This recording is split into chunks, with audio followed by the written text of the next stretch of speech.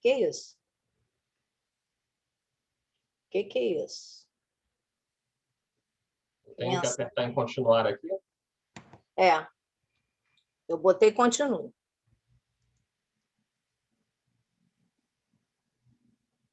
Então, sejam bem-vindos, todos aqueles que nos acompanham, nossos seguidores. O Lar de Teresa dá as boas-vindas a todos. Como todos sabem, nós temos o nosso estudo baseado tanto no Evangelho segundo o Espiritismo, quanto no Livro dos Espíritos. É um estudo alternado. Mas no dia de hoje, nós teremos um tema livre que nos será trazido pelo Eduardo Araújo. Eduardo Araújo é psicólogo, diretor da Rádio Rio de Janeiro, participa do programa Analisando os Fatos e também do debate na Rio.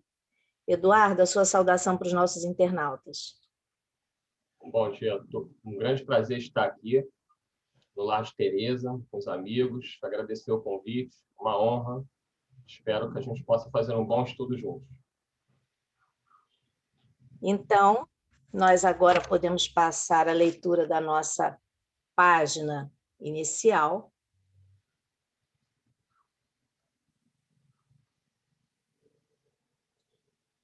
Que tem o título Examinemos a nós mesmos. O dever do espírita cristão é tornar-se progressivamente melhor. Útil, assim, verificar de quando em quando, com rigoroso exame pessoal, a nossa verdadeira situação íntima. Espírita que não progride durante 3 anos sucessivos permanece estacionário. Testa a paciência própria. Estás mais calmo, afável e compreensivo? Inquire as tuas relações na experiência doméstica.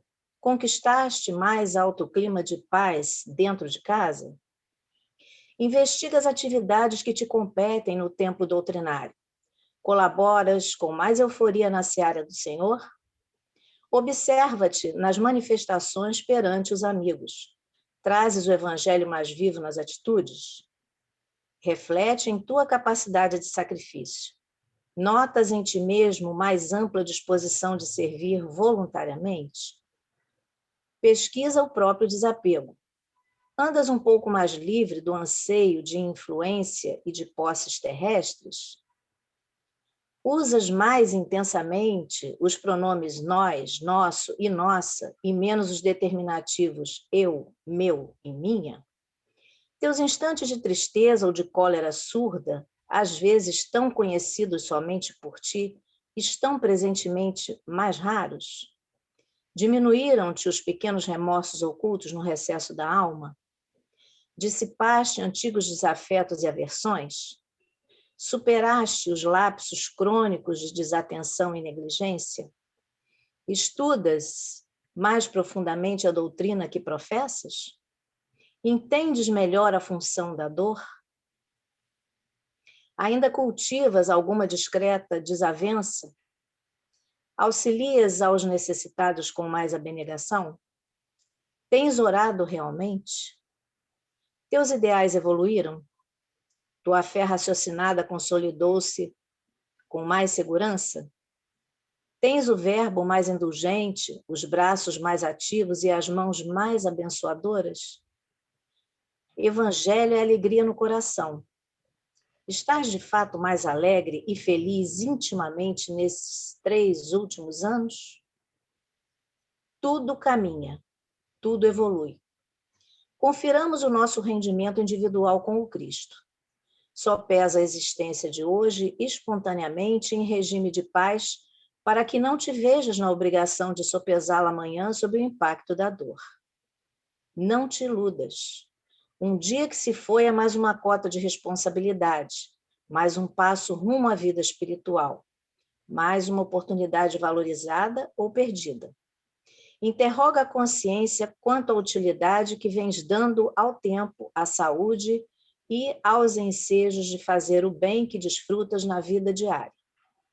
Faze isso agora, enquanto te vales do corpo humano, com a possibilidade de reconsiderar diretrizes e desfazer enganos facilmente, pois, quando passares para o lado de cá, muita vez já será difícil.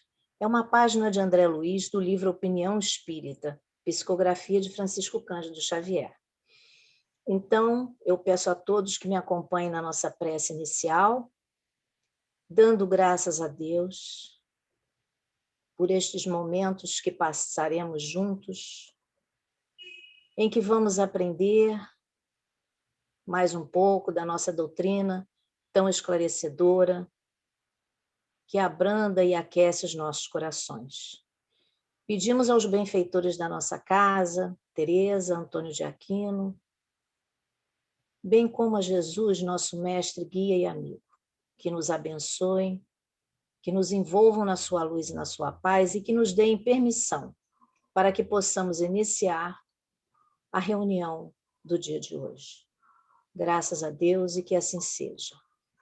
Nosso tema de hoje é o espírita no momento atual e vamos dar as nossas vibrações para o Eduardo Araújo. Eduardo, a palavra é sua.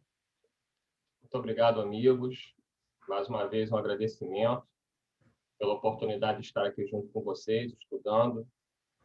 Agradecer também em nome da Rádio Rio de Janeiro, a Rádio Rio de Janeiro que está aí junto do movimento espírita, nesse momento de pandemia, dando a oportunidade de vocês acompanharem 24 horas por dia a programação espírita. A gente lembra aos nossos companheiros que são do Lar de Teresa, que porventura tenham dificuldade em ouvir a Rádio Rio de Janeiro, né? pelo AM, pela frequência dos 1.400 kHz AM, que vocês podem acompanhar a Rádio Rio de Janeiro facilmente pela internet, já que estamos todos aqui no ambiente virtual.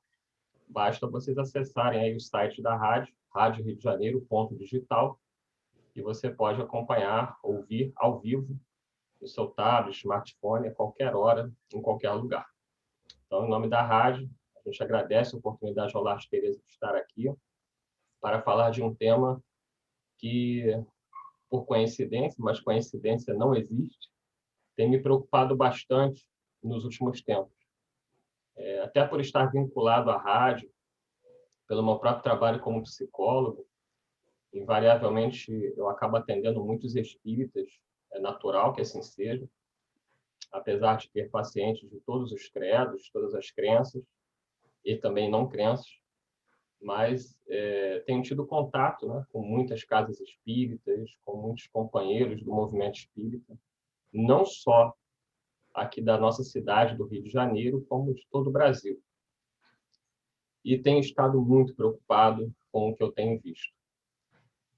É evidente que, em toda a história da humanidade, nós temos tido aí conflitos, e não seria diferente dentro do movimento espírita, porque é uma questão humana. Mas nós sabemos da missão da doutrina espírita na Terra, o Consolador prometido por Jesus, conforme Allan Kardec vem enfatizar no livro Evangelho segundo o Espiritismo, no seu capítulo 6, o Consolador prometido, onde diversas mensagens do Espírito de Verdade deixam claro a missão da doutrina espírita na Terra. E, por consequência, claro, nós espíritas, a nossa responsabilidade dentro desse contexto. Logo neste capítulo 6, item 5, no final de uma mensagem, o Espírito de Verdade, ele nos dá a diretriz. O que Jesus espera de nós com a doutrina espírita, como representantes desta doutrina aqui na Terra. Quando o Espírito de Verdade diz a seguinte frase: Espíritas, amai-vos, este o primeiro ensinamento. Instruí-vos, este o segundo. Não precisa ler mais nada. Eu acho que essas duas recomendações, se nós conseguíssemos segui-las, o nosso movimento espírita estaria num outro patamar. É evidente que amar, a recomendação primeira do Espírito da Verdade, é um grande desafio para nós, espíritos de terceira ordem, conforme nós podemos estudar em O Livro dos Espíritos, a partir da questão 100, a escala espírita, fica bastante evidente quando nós vamos ler que nós ainda, em sua grande maioria, não podemos nos considerar espíritos bons, muito menos puros. Somos espíritos ainda da terceira ordem. Talvez numa transição da terceira ordem para a segunda ordem. Mas em nós ainda predominam as paixões, o orgulho, o egoísmo, que fazem com que nos tornemos muito vulneráveis à atuação espiritual do mundo astral inferior, pelas nossas próprias brechas morais. Então, quando Allan Kardec traz para a gente, no Evangelho segundo o Espiritismo, essa recomendação do Espírito da Verdade, nos conclamando, espíritas, amai-vos e instruí-vos, amar já está muito claro. Porque enquanto não aprendermos a amar, não só o movimento espírita não irá mudar nas suas dificuldades, como o nosso próprio mundo. E o Espírito da Verdade pede instruí-vos. Instruí-vos porque é fundamental o estudo e o conhecimento da doutrina. E por isso nós agradecemos a Jesus, apesar da pandemia que assola a humanidade, nos tempos modernos, termos essa oportunidade que nos permite agora estarmos aqui conversando, você aí no seu computador, no seu smartphone, no seu tablet, tendo a oportunidade de ter essa conversa conosco, de ter esse estudo conosco através do Lar de Teresa, o que antes seria impossível. A tecnologia vem para nos auxiliar, mas, infelizmente, como tudo, também é muito utilizada de forma equivocada. A questão do movimento espírita, a gente pode analisar com o próprio Allan Kardec, que logo no início da sua tarefa, ele enfrentou imensas dificuldades. E ele traz, num dos relatos que eu considero mais emocionantes, relatos pessoais de Allan Kardec, que está no livro Obras Póstumas, um livro que tem uma coletânea de artigos, alguns publicados, outros não, escritos de Allan Kardec, que sequer podem fazer parte, assim, integrantes da codificação, porque eram questões, algumas que o próprio Allan Kardec talvez nem viesse a publicar, mas que, por interesse histórico, esse livro tem um valor muito grande em algumas questões, sobretudo considerações do próprio Allan Kardec. E nesse livro tem uma nota, um artigo que Allan Kardec publica, seus contatos com o Espírito da Verdade, onde ele foi alertado por esse Espírito da sua missão. E Allan Kardec fica surpreso, mas aceita a tarefa, sente a importância daquilo que estava lhe sendo proposto, e o Espírito da Verdade lhe diz que ele não pensasse que lhe bastaria publicar 1, 2 ou 10 livros, que a missão dele, Allan Kardec, iria abalar o mundo inteiro. Allan Kardec, um espírito valoroso, corajoso, firme, um espírito verdadeiramente superior, a ponto de ser chamado de mestre por muitos espíritos, ele aceita a tarefa, segue o caminho, conquista o êxito, mas ele faz um relato.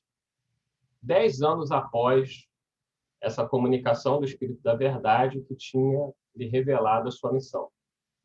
E ele coloca lá no livro Obras Póstumas uma nota, que eu vou ler aqui para vocês, porque é importante ler um trecho dessa nota, para nós termos uma ideia do que era o movimento espírita naquele momento e do que nós enfrentamos hoje. Allan Kardec escreve a nota como um desabafo e diz o seguinte: escreva esta nota a 1º de janeiro de 1867, 10 anos e meio depois que me foi dada a comunicação do Espírito da Verdade. E atesto que ela se realizou em todos os pontos, pois experimentei todas as vicissitudes que me foram preditas. Andei em luta com o ódio de inimigos encarniçados, com a injúria, a calúnia, a inveja e o ciúme. Libelos infames se publicaram contra mim. As minhas melhores instruções foram falseadas. Traíram-me aqueles em quem eu mais confiança depositava. Pagaram-me com a ingratidão aqueles a quem eu prestei serviços. A sociedade de Paris se constituiu foco de contínuas intrigas urdidas contra mim, por aqueles mesmos que se declaravam ao meu favor e que, de boa fisionomia na minha presença, pelas costas me golpeavam. É isso mesmo, queridos amigos. Vocês estão ouvindo aí Allan Kardec relatando de companheiros espíritas que pela frente dele lhe tratavam bem e pelas costas lhe golpeavam. Mera coincidência com os dias atuais. Continua Allan Kardec no seu desabafo. Disseram os companheiros espíritas que os que se me conservavam fiéis estavam à minha soldada e que eu lhes pagava com o dinheiro que ganhava do espiritismo. Então, Kardec foi acusado de praticar aí um mensalão, de comprar apoio dentro da própria Sociedade Parisiense de Estudos Espíritas. Allan Kardec. E ele termina esse desabafo dizendo o seguinte: nunca mais me foi dado saber o que é repouso. Mais de uma vez sucumbi ao excesso de trabalho. Tive abalada a saúde e comprometida a existência. É algo que realmente eu até me emociono lendo, porque a gente está falando de alguém muito importante para nós. De alguém que foi escolhido pelo Cristo para ser aquele que, encarnado, iria representar a chegada do Consolador prometido à Terra. Não temos dimensão do trabalho deste homem, do seu sacrifício e da sua renúncia, para que hoje estivéssemos aqui estudando a doutrina espírita. E foi muito importante para mim, desde a primeira vez que eu li esse relato, porque ao longo do tempo que eu sou espírita, um tempo não tão longo assim, uns 20 e poucos anos, eu posso dizer para vocês que as grandes provações que eu experimentei nesta vida foram dentro de casa espírita. Perseguições, calúnias, pessoas que eu tanto ajudei, que se voltaram contra mim. Foi um exercício para que eu pudesse trabalhar, exercitar um pouco a humildade, racionalmente, pelo menos, o perdão, porque é muito fácil se dizer espírita até a gente passar pelas provações da vida, sejam elas quais forem. E foi muito importante para mim todas as dificuldades que eu enfrentei e consegui seguir adiante. Sempre me lembrando muito das palavras de Allan Kardec no livro Obras Póstumas.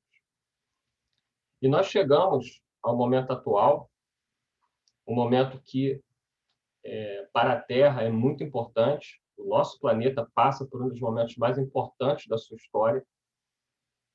Allan Kardec, no livro A Gênese, já falava que os tempos são chegados. Allan Kardec nos traz, também no livro A Gênese, que essa transformação já estava ocorrendo e iria se intensificar, que é o que nós chamamos de hoje de transição planetária. Temos aí alguns livros do nosso companheiro médium, Divaldo Pereira Franco, que trazem muito bem relatos dos espíritos confirmando tudo aquilo que Allan Kardec já tinha colocado, juntamente com os espíritos superiores, no livro A Gênese. A transição planetária é o que possibilitará que o nosso mundo hoje, de provas e expiações ainda, entre numa fase melhor, no chamado mundo de regeneração, conforme Allan Kardec relata também em o livro Evangelho segundo o Espiritismo. O mundo de regeneração que todos nós desejamos, mas que precisaremos dar o nosso testemunho de esforço, de coragem para merecermos estar nele. Jesus deixou muito claro nas suas palavras que somente os mansos herdarão a terra. Será que podemos ser considerados mansos? Cada um vai responder por si. Nesta transição planetária, seria natural, até lembrando do livro do Apocalipse, do Evangelho de João, que tivéssemos muitos conflitos. E é inegável que espíritos das trevas sabem perfeitamente que cedo ou tarde terão que deixar o planeta. Assim como ocorreu no sistema de Capela, muito bem descrito no livro A Caminho da Luz, pelo médium Francisco Cândido Xavier e pelo espírito Emmanuel, a Terra está passando por esta transição e, assim como em Capela, alguns espíritos tiveram que ser degradados daquele sistema, daquele planeta, que ascendia na escala dos mundos para mundos de regeneração. A Terra também acontecerá o mesmo. Aqueles espíritos que aqui não buscarem o bem, que não escolherem o caminho do esforço no bem, terão de deixar o planeta. Lá em Capela, os nossos irmãos vieram para a Terra. Foram recebidos pelo Cristo, que disse que nenhuma das ovelhas que o Pai o havia confiado se perderia. Chegaram à Terra, muitos ainda estão aqui, outros já retornaram à Capela. Nós precisaremos também fazer as nossas escolhas. Conforme diz o Espírito Simeão, em um Evangelho segundo o Espiritismo, a Deus ninguém engana. E é preciso que nós, espíritas, assumamos as nossas responsabilidades daqueles que devem trabalhar como os trabalhadores da última hora pela implementação definitiva do Consolador prometido na Terra. As trevas, ao longo de todos esses anos, esses muitos anos, mais de 150 anos, vêm intensificando os ataques em torno do Espiritismo. Entendem esses irmãos, muito inteligentes, que o Espiritismo é uma grande ameaça. E Allan Kardec, ainda no livro Obras Póstumas, fala dos cismas, das divisões.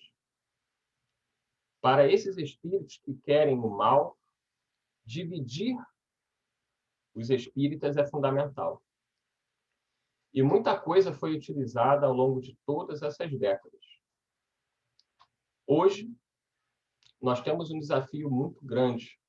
O momento atual nos traz uma grande divisão e perigosa divisão que eu tenho certeza que cada um de vocês tem vivenciado, não somente em relação ao movimento espírita, como à própria vida. Nós vivemos um momento político gravíssimo. E as trevas, atentas a esse momento, têm promovido um embate no movimento espírita. Vemos com grande preocupação que muitos companheiros espíritas, pessoas inteligentes, pessoas com grande contribuição doutrinária, de estudos, de palestras, dentro do nosso movimento, estão se dividindo perigosamente, esquecendo a mensagem do Cristo, esquecendo aquilo que os espíritos superiores trouxeram através de Allan Kardec. Vemos estes mesmos companheiros hoje se declarando, de um lado, espíritas progressistas, à esquerda, e do outro lado, os chamados espíritas conservadores à direita. E estes companheiros que se declaram espíritas estão se degladiando, se atacando, talvez esquecendo aquela recomendação que nós lemos logo no início da nossa exposição do Evangelho segundo o Espiritismo, capítulo 6, item 5, Espíritas amai-vos. Cadê o amor? Se atacam, uns chamando os outros de fascistas, comunistas. As casas espíritas, muitas estão ruindo. Como fazer uma reunião mediúnica cujos médiuns se atacam por questões políticas? A quem interessa o que está acontecendo? A Jesus ou às trevas? Vamos pegar a palavra do próprio Allan Kardec, lá na Revista Espírita, de fevereiro de 1862. E vamos ver a recomendação do codificador em relação às questões políticas dentro do nosso movimento espírita, dentro das nossas casas espíritas. Allan Kardec vai dizer o seguinte: devo ainda vos chamar a atenção para outra tática dos nossos adversários. Quem são os nossos adversários? Os espíritos inimigos do Cristo. Inimigos da causa cristã. E Kardec continua: os nossos adversários procuram comprometer os espíritas, induzindo-os a se afastarem do verdadeiro objetivo da doutrina, que é o da moral, para abordarem questões que não são da competência e que poderia, com toda razão, despertar suscetibilidades e desconfianças. Também não vos deixeis cair nesta armadilha. Olha a recomendação de Kardec. Não vos deixeis cair nesta armadilha. Afastai cuidadosamente de vossas reuniões tudo quanto disser respeito à política e às questões irritantes. Eu vou repetir. Allan Kardec nos pede: não vos deixais cair também nesta armadilha. Afastai cuidadosamente de vossas reuniões tudo quanto disser respeito à política e às questões irritantes. Neste caso, as discussões não levarão a nada e apenas suscitarão embaraços, enquanto ninguém questionará a moral, quando ela for boa. E ele conclui: procurai no Espiritismo aquilo que vos pode melhorar. Eis o essencial. Quando os homens forem melhores, as reformas sociais verdadeiramente úteis serão uma consequência natural. Allan Kardec. Revista Espírita, fevereiro de 1862. Até onde nós vamos levar isso? Eu faço um apelo a todos aqueles que nos acompanham aqui pelo Lar de Teresa, neste nosso estudo, nessa nossa reflexão sobre o espírita no momento atual.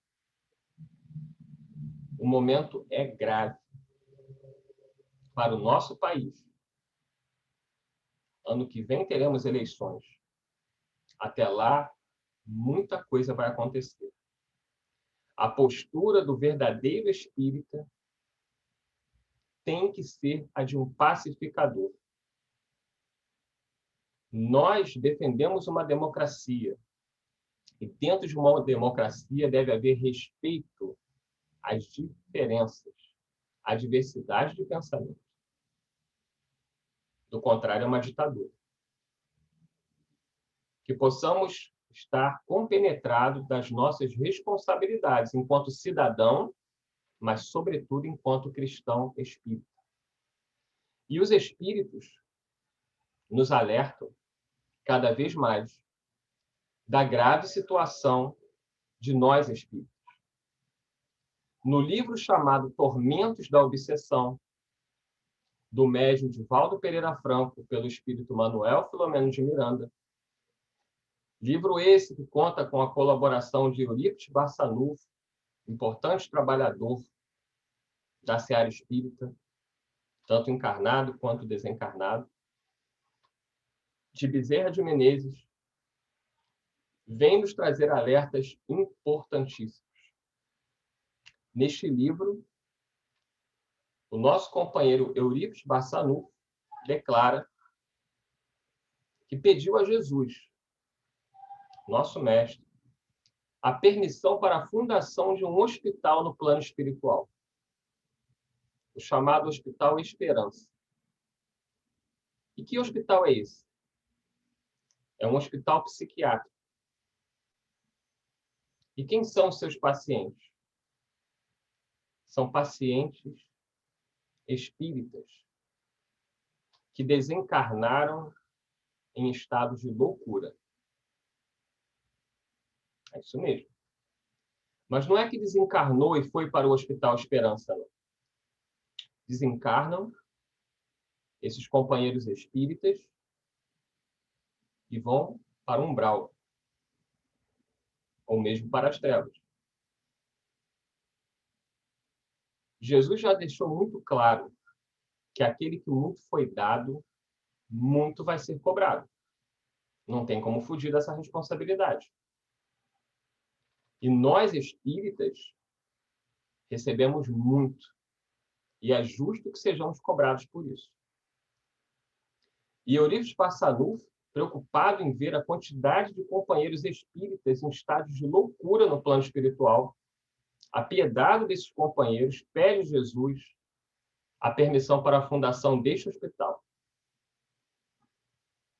ao qual esperamos, talvez um dia, trabalharmos como colaboradores e não chegarmos lá como pacientes. Muitos espíritas debocham, riem, brincam, dizendo que já estão na fila para o Hospital Esperança. Não sabem o que estão dizendo.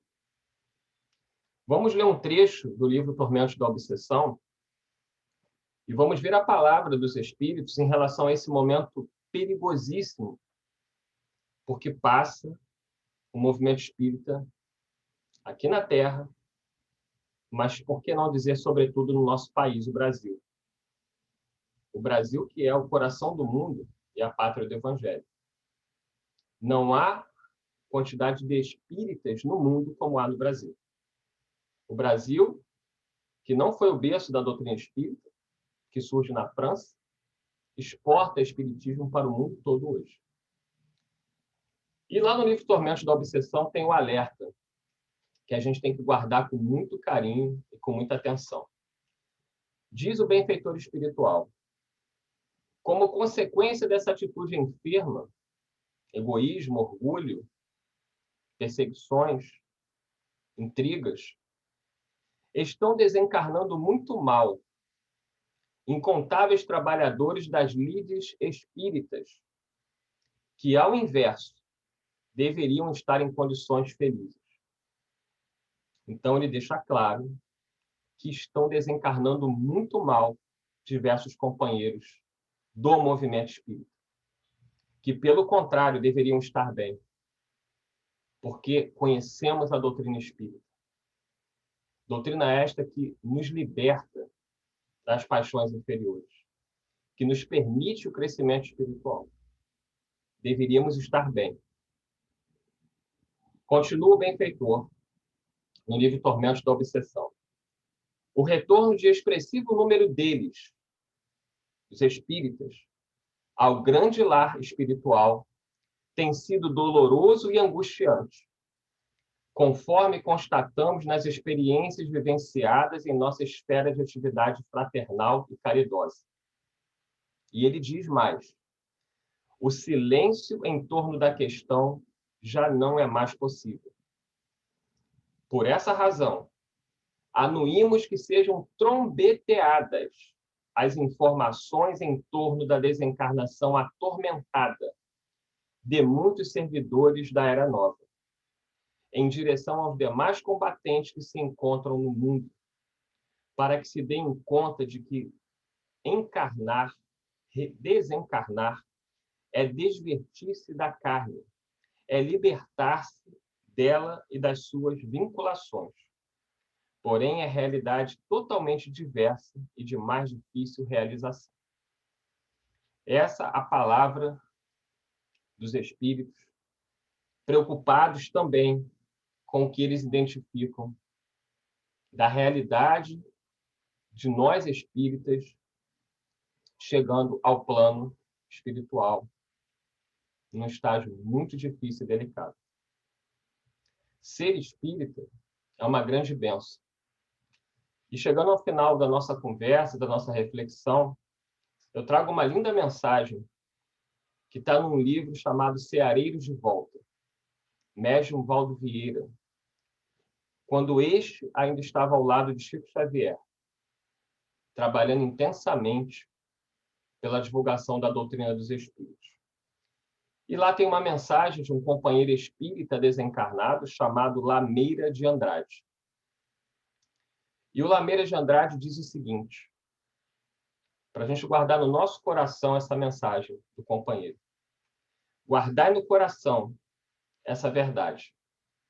Embora não seja conferido por universidades humanas, conquanto não possa ser comprado em qualquer instituto terrestre, e não obstante nenhum país exista que o outorgue, perante a vida imortal, na Terra, não há título mais valioso e que impõe a maior responsabilidade do que a chancela de espírito.